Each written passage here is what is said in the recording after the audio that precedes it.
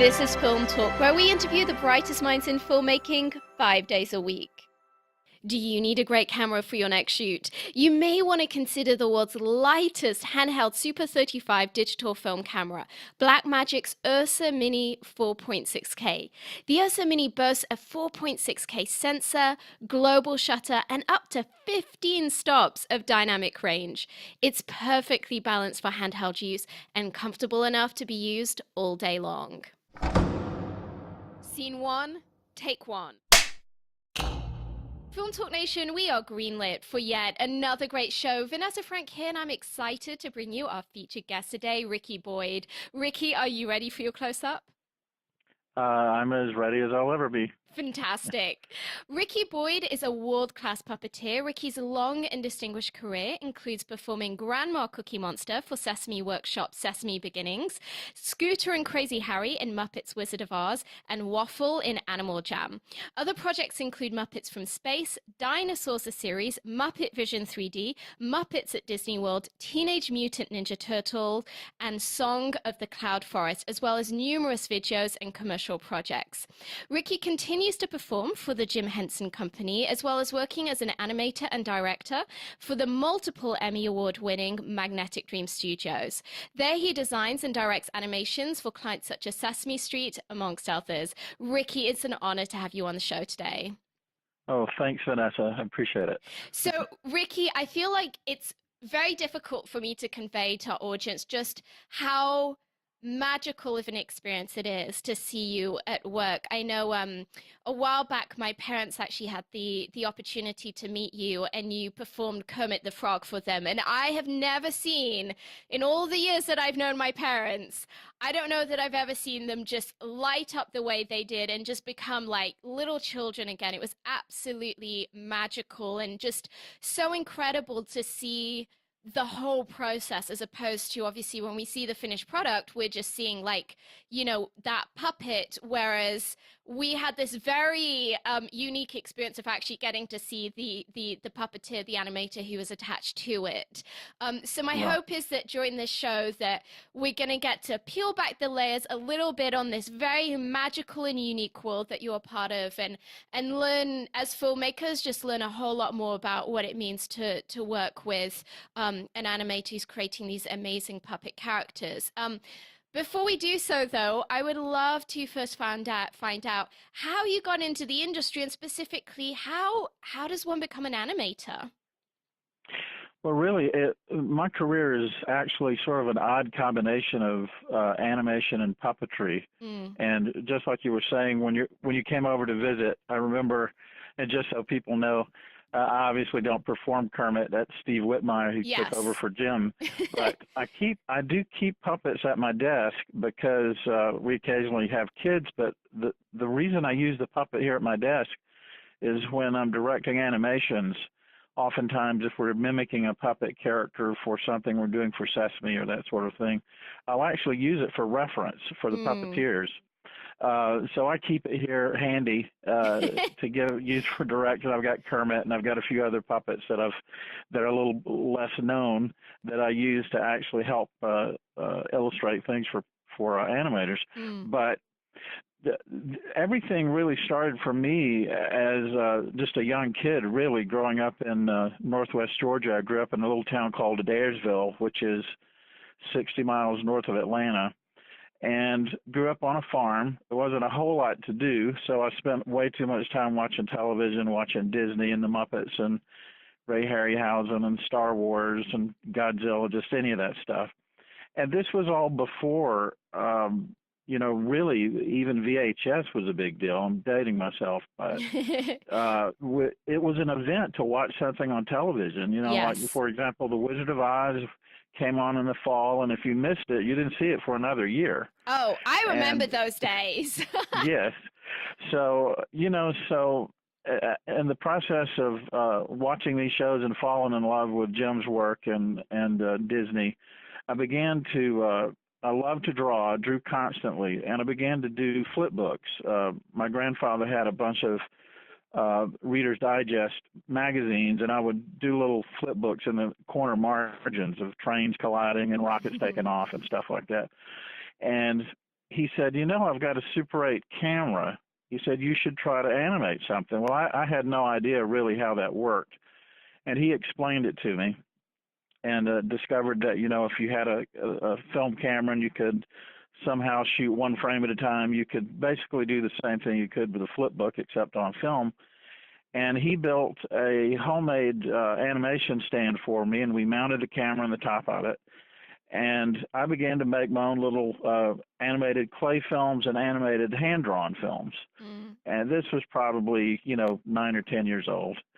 Yeah. And at the same time, I met, my grandfather introduced me to a gentleman named Paul Satterfield, who actually lived in Adairsville at one point and came back to visit at an arts festival. And he was an animator in the 1930s at Disney. And Wow. he animated on the biggest things he worked on were Bambi and Fantasia. He Oh was my a gosh. yeah, he was a segment. Iconic movies.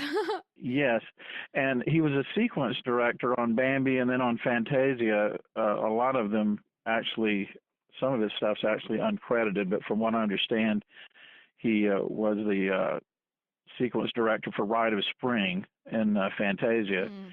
And I met him, and he was very encouraging. Of course, I was very young and didn't have a lot of artwork, but he was showing me some photographs of him with Disney, and there was a little display there in Adairsville at this little art show. And he gave me a animation board that I assume he used at Disney or at some other studio, and gave it to me. I still keep it in my office. Wow. And he was just very encouraging and told me, you know, you need to draw as much as you can. You need to make as many films as you can. And I just continued doing that as I grew up. And then probably at the age of 11 or 12, there's a family friend's father was director at a local public access TV station in Rome, Georgia, called the Library Channel. It was affiliated with a library there. And it was basically a full-blown studio that had blue and green screen and 3 pedestal cameras. And at that time, they had 3/4-inch videotape. And he would just let us come over on spring break and just have free reign of the studio. Wow. So we would go in and build our own puppets and backdrops and do our own puppet shows. Oh my gosh. So, and we were working with monitors. One of the things you learn as far as television and film puppetry is you put the puppet on and you hold it up in front of the camera, and you watch your performance on a monitor down below frame to see what you're doing, and everything is flipped, you know, of course, as you know, opposite. So it's sort of like working in a mirror. Yes. So we did that, you know, just for fun. And then fast forward to college. I went to college in the same city in Rome, Georgia, as an art and theater major at Shorter College. And I did an internship at the same station. And I was building puppets and trying to do some big project that was way, way too complex. I can't remember exactly the name of it. It was almost like Pilgrim's Progress. It was this huge thing that I was trying to do, and a friend of mine loved the puppets I was building. Said, you know, instead of doing something so hard, why don't we just do a kid show? And I said, really? And he said, yeah. So when do you want to start? And he's like, well, why not? Let's start tomorrow. So Yeah. we talked to the producers there, and the little access station was funded through the state of Georgia. And they said as long as we had some educational content that we could do a kids show. So we embarked on doing a show called Kids Club, and then later changed the name to Dr. Neutron's Castle. We did like 30 episodes of this show with my own hand-built puppets, and my friend Keith Thomas and I performed all of the characters. And out of all of that work, over a couple of years' time, I was able to put a reel together, and we got some local press in the newspaper, and then the Atlanta affiliate, NBC affiliate, found out about us and did a story on us. And so I put a reel together of my work and sent it to New York to the Henson office, Jim Henson Productions. And eventually I got a call to come up to what they call a workshop, which is not exactly an audition, but it's basically how they meet new puppeteers to see if they think they might be able to use them. And so Keith and I went up to New York and to the Henson office. And basically, I was interviewed by Jane Henson. She gave me a really sort of a ratty store-bought puppet to perform with just as an initial thing. And she said, you know, do you sing or can you do voices? So I did a few voices, and I didn't know what to sing, so she suggested Happy Birthday, and I sang a song to her with the puppet. And she said, okay, well, the way this whole workshop was going to work is you did the interview, and then later that evening we're going to have the actual workshop in the studio with Jane and Jim Henson. So on the way back down the stairs, going back down to meet Keith, and Jim Henson was on his way up. And so he said hello, and I said hello back, and I went back down to the foyer, and I was like on cloud nine, Yeah. nervous and excited. And so Jane came back down the steps, and she said, would you like to come meet Jim? And I'm like, oh, geez, oh, yeah, sure. So went back up the stairs, went into Jim's office, and he came around, and we had a seat, and I had my portfolio. I had drawings and that sort of thing, character designs and all of that, pictures of my puppets. And he thumbed through there and made the comment that it reminded him of how he got started. And Jane said, I want to go get another puppet. I want you to do something for Jim. So off she goes, and I'm like panicking about what I'm going to do. So she comes back with this little boy puppet, really well-made Muppet character. And I was so nervous. I just had the puppet. I figured it was better, and instead of trying to make something up, I just made the puppet as nervous as I was, and had the puppet basically audition. Just had the puppet audition for Jim, and he laughed. And then she said, "Are you going to be there tonight?" And he said, "Yeah, I'll be there." So later that evening, we go over and do the actual workshop itself, which is basically there were about 9 of us, I think, and we were performing in front of course, video camera, and did different exercises that they have you do to check your lip sync and your focus, your eye focus with the puppet, to make sure that you make them come alive. Yeah. And we do that, and we finished, and afterwards one of the producers asked if I could stay to work on a show the next day that they were shooting. Oh my gosh. So it was like, holy Toledo, are you kidding? So my first job with them, this was back in 1988, was oftentimes when you start with them, you'll either assist on a character or maybe do a background character. And this particular project was a home video called the Jim Henson Sing Along, Do Along tape. It was a Jim performing Rolf the dog, singing the lead song. He was, I remember he was dressed. The scene was like a Hawaiian luau, and there were pigs in the background playing marimbas and pianos, and I was playing the marimbas.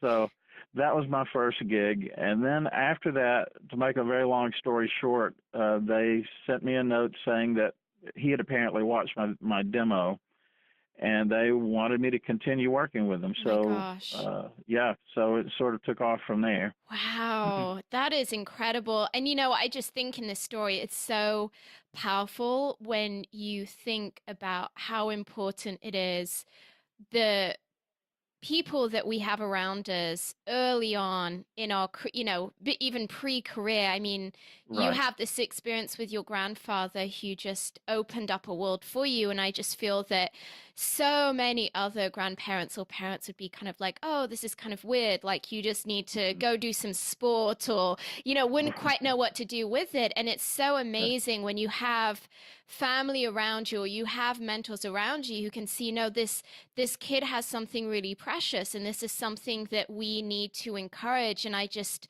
think that that's for any of us, when we're thinking about what we can do for the next generation, it's a really, really powerful reminder that we need to call these things out of people, as opposed to kind of crushing them and trying to get everyone to fit our little mold.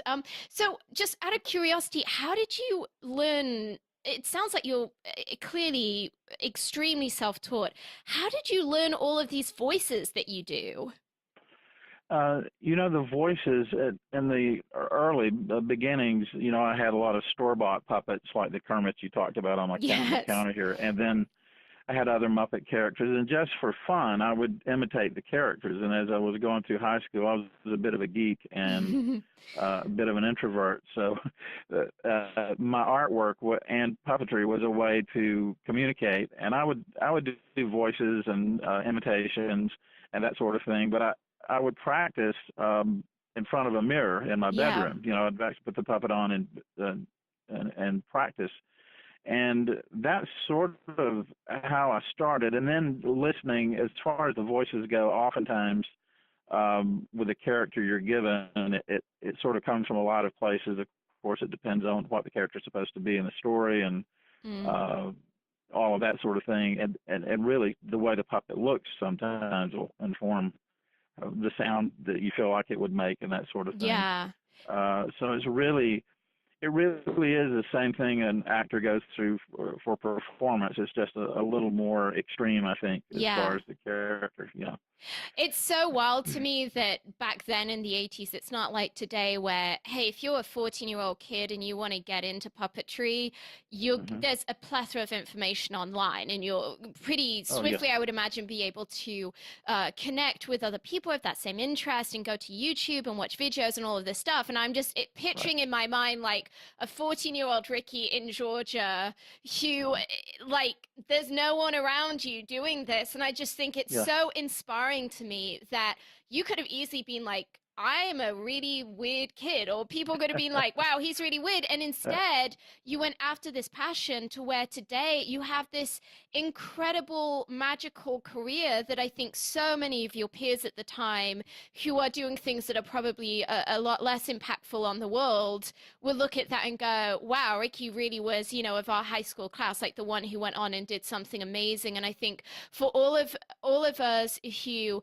sometimes can feel like the weird kid because we're kind of into an expression of Right. our creativity that maybe feels like we're like, oh, should I really be this obsessed with, I don't know, like YA or science fiction or Uh-huh. whatever it is. I just think that that's a real encouragement that the world belongs to people who just pursue their passions, regardless of what anyone else thinks.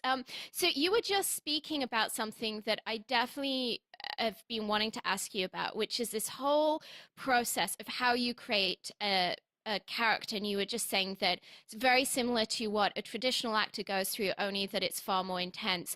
Can you please, I would love it if you could kind of elucidate that process for those of us who have evidently never been through it. Yeah. I mean, I think I know, for example, just to use for an example, a character. Obviously worked with Henson, but when I came here to Nashville, I worked for Peppercorn Productions, which was part of the Nashville network, which is no longer there. But at the time, uh, there was a character that I did there called Donnie Pike, which was like a Nashville agent, sort of a under the radar sort of Nashville, not entirely trustworthy Nashville Yes. agent. And developing the character, that we basically only did one pilot. It ended up not going anywhere, but it was a fun character. And I did the same thing in college. I did take any acting and improv classes they had, and one of the things they would teach you in class was to create backstories for characters. Mm. And that was something I did with Donnie, at least for me. I mean, I guess you can overdo it if you're just doing a one-off character that comes in just for a minute and leaves. But for Donnie, I remember, and a couple of other characters I did there, I thought about it a lot and thought, okay, he's from Nashville. He's slightly a combination of a cheap Nashville agent and a Tony Robbins kind of self-help Oh guru my that's gosh.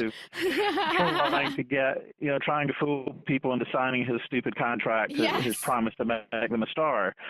And so I did a lot of research, and then his voice ended up being a bit of a very Southern, which was easy for me. But Yes. trying to think of what was the guy's name that ran for president? Here's a deal. What was that guy's name? Oh, I would know. I'm European, so I get a whole pass on this. But it was a combination of a lot of different things, and it became very natural though. But I felt like I knew Yeah. the character. I'd sort of thought it through, Yes. and we had one other character that is an example that I didn't quite know what to do with. We did at the National Network. We did these characters called the Bass Whackers, and they were three redneck fisherman puppets: Tightline, Sinker, and Stinkbait. And my character, Tightline, was supposed to be the one that relied far too heavily on technology and for his fishing, and then the other Sinker would basically was just a good old boy that would spit on a worm, and that was it. That was the length of his technology. And when we first auditioned for the characters, they wanted me to play Tightline. And the problem was I didn't know anything about fishing at all. I mean, I was like, oh, great. So I remember when we were auditioning, they had a Bass Pro Shops catalog sitting there for reference. And I thought, oh, I know what I'm going to do. So I grabbed the catalog, and Ed May, who was performing Sinker, and I stood up in front of the camera, and I just started basically reading the catalog in first person.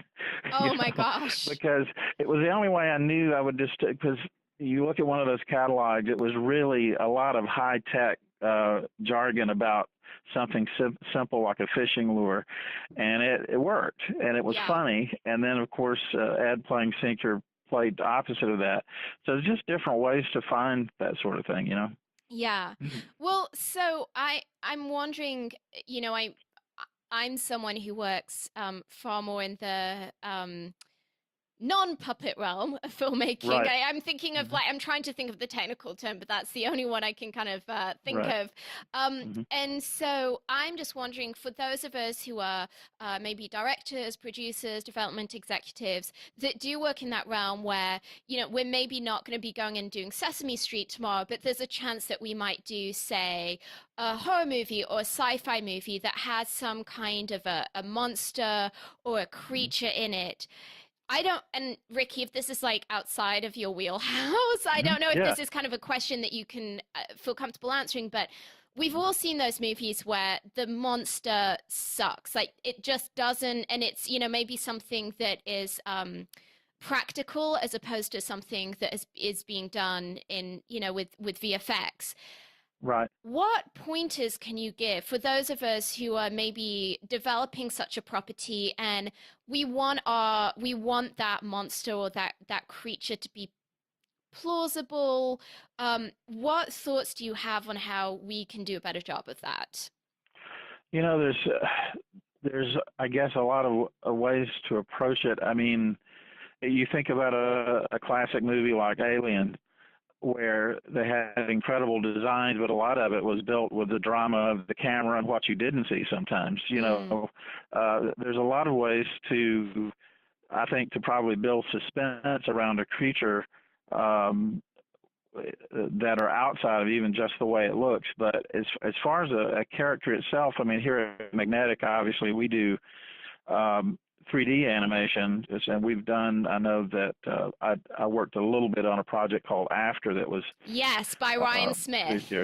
Yes, and did a little bit of storyboard work with Ryan on that, but I didn't have a lot to do with the design. But the other fellows here that designed the character did a wonderful job, and they did created a great job. Such a great creature. I really felt that that was one of the strong points of that movie was, and it, you know, it's an independent movie. It's not on, it didn't have, from what I understand, the kind of budget that many large scale Hollywood productions would have.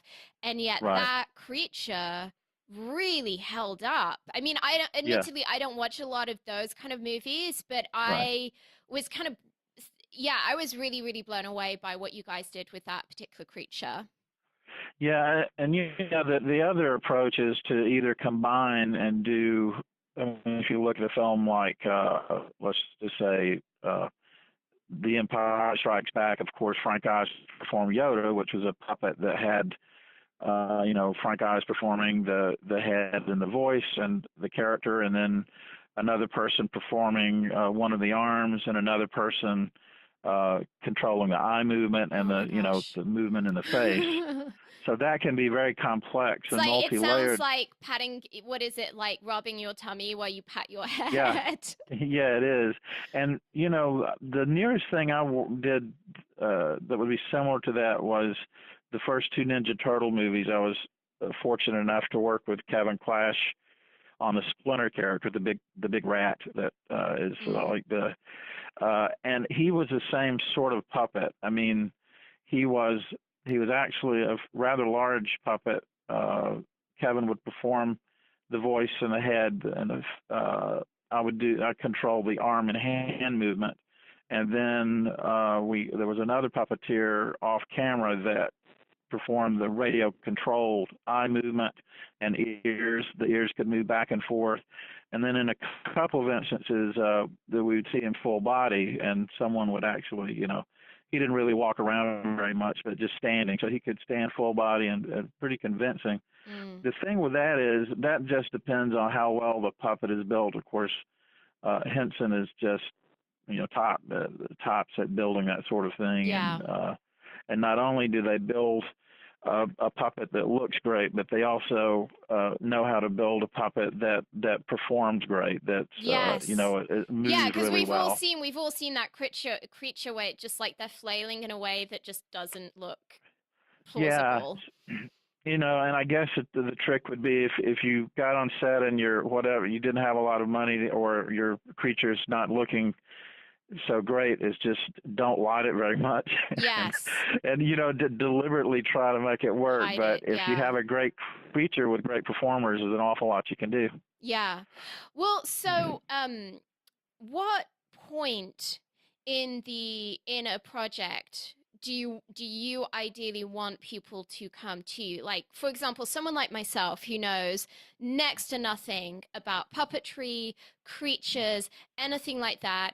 I have maybe, say, a project that we start realizing, we have this creature, and it may need to be VFX, it may need to be puppetry, it may need to be a combination of both. Do you want me coming to you when I just have like the idea for the story? Do you want me coming to you at script stage, or do you kind of want me coming to you when it's like, hey, we're rolling in 2 months? I mean, what is your ideal process for you entering into that project? I think like for Magnetic, if you were coming to Magnetic for something like that, I would say the earlier the better, but it also, I know with animations especially, the complexity of things are going to figure into cost and how hard something is to do. And so it's good to have at least a bullet framework of knowing what you would like to do with the character, even if the script's not entirely finished, just some sort of outline, so that myself or whoever works on it could make an educated guess that's going to fit your budget and your artistic vision, or find a compromise that works, And I feel like that could even really inform a director's choices early on. If he realizes, hey, we're on a limited budget and it's going to cost X amount more if we see this creature's feet, as opposed to if we don't, that can really read into then. I could see that really pushing a director to be in a position where they have to explore some creative choices, which can be a good thing for a director. It can be a good thing to work with restrictions, for sure. Right.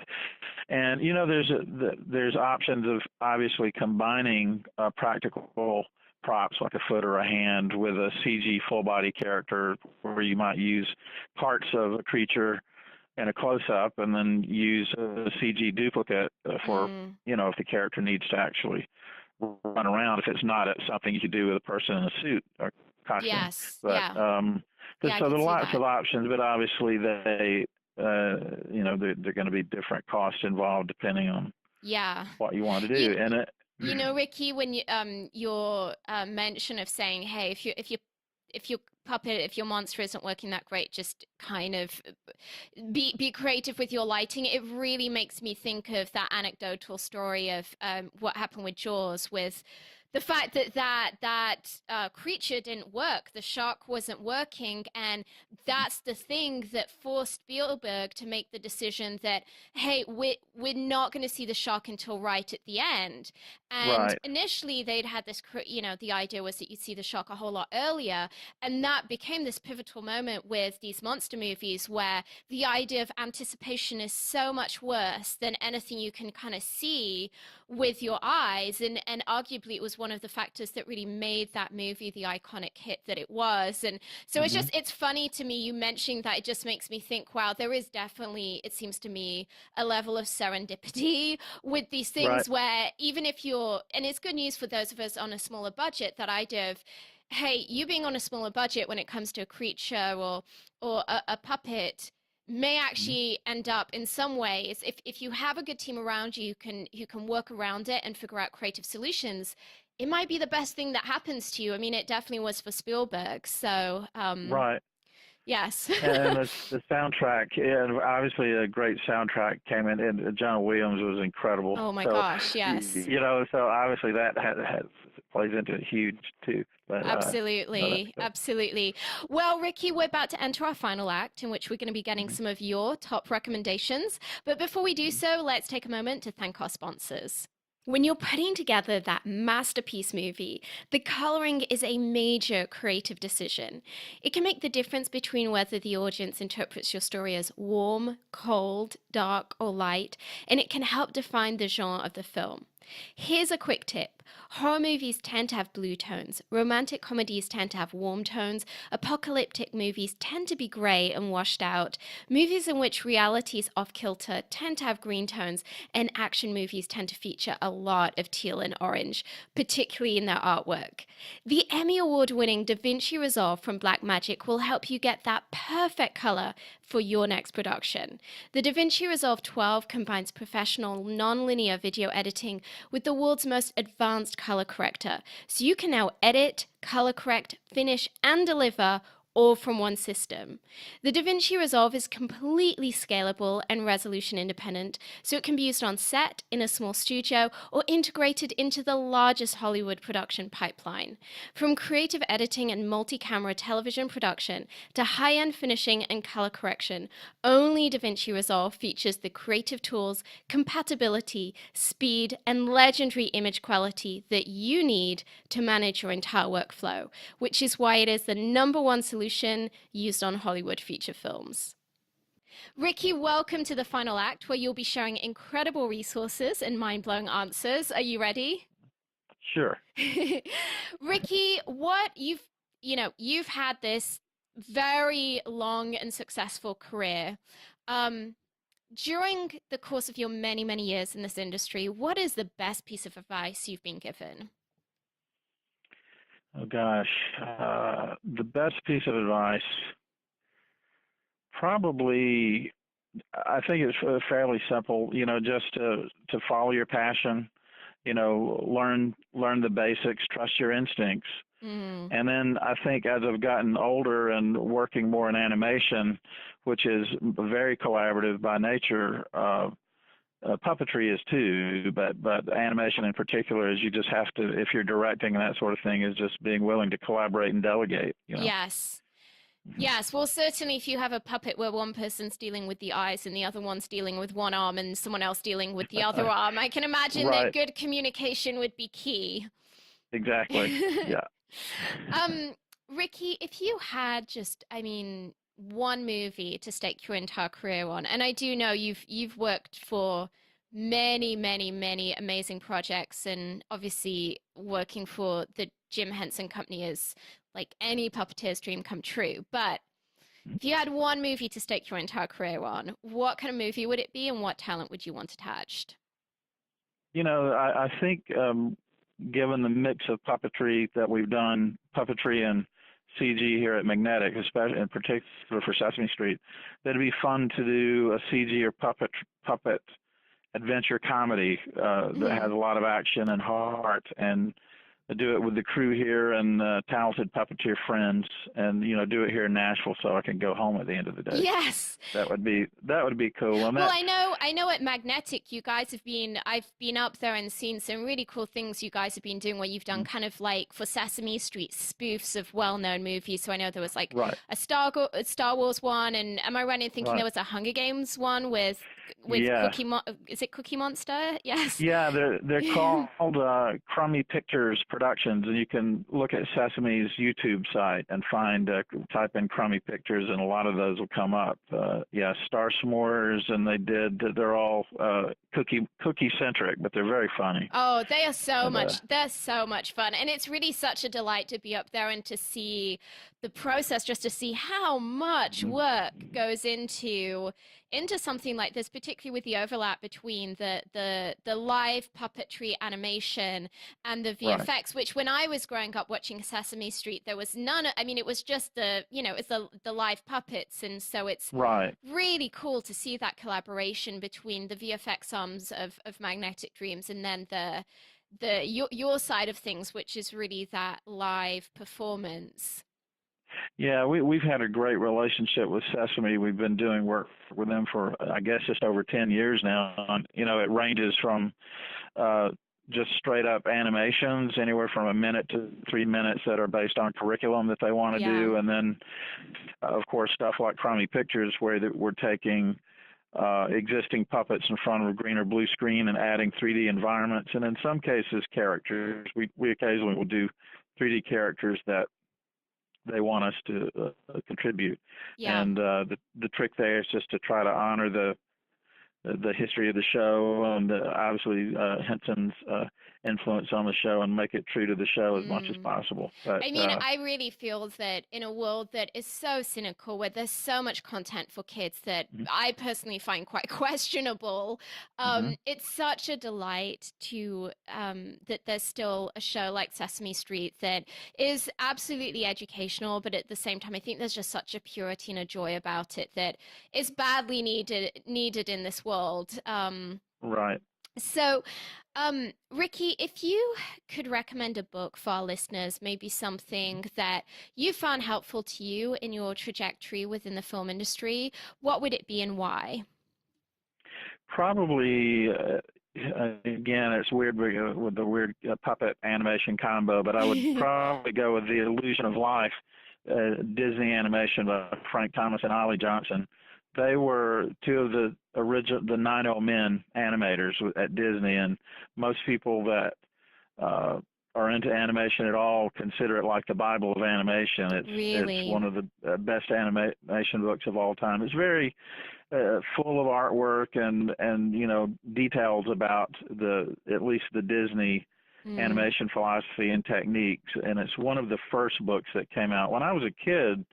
Like you were saying earlier, without the internet, it was just nearly impossible to find information on actually how to do this stuff with puppets and with animation. And I remember when I discovered this book, it was like just unbelievable. It must have felt like the holy grail. Like, I'm Right, not on my own. There's people who do right. this and can teach this. Exactly, and there's lots of resources too, now on the internet. But that would be one that definitely should get your hands on. Fantastic. Great. Well, Film Talk Nation, I know that you love audio. To thank you for joining us today, we partnered with our friends over at Audible to offer you a free audio book. Great titles available include Story by Robert McKee, Save the Cat Strikes Back by Blake Snyder, Why Not Me by Mindy Kaling, and Your Year of Yes by Shonda Rhimes. If you haven't already done so, you can claim your free audiobook at audibletrial.com/film talk. That's audibletrial.com/film talk. And this link will also be included in today's show notes. Rickey, if you could recommend just a single movie for our listeners, maybe something that's really inspired you as a creative within this industry, what would it be and why? Probably Iron Giant. It's a great animated film. It's a combination of 3D. There's actually some 3D. The robot in that movie is 3D with cell shading and brilliant 2D animation. It's a great empathetic story, and of course Brad Bird directed it. It's just a really good film. It didn't get, of course, it's a huge popular hit with people now, but at the time when it first came out, it did not it do didn't. so well. Right, right. But it's just a favorite of animation fans, and just a good film, Yeah. animated or not. Well, coming from you, I think it's a recommendation that anyone who has an interest in this field definitely should be checking out. You mentioned just a bit before that there's some really great resources online now.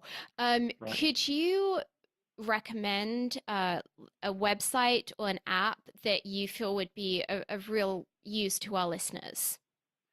Yeah, as far as animation, there's a site that I like to go to called animationpodcast.com, Mm-hmm. and it's a website that it's by a guy named Clay Cadis, who is a former Disney animator.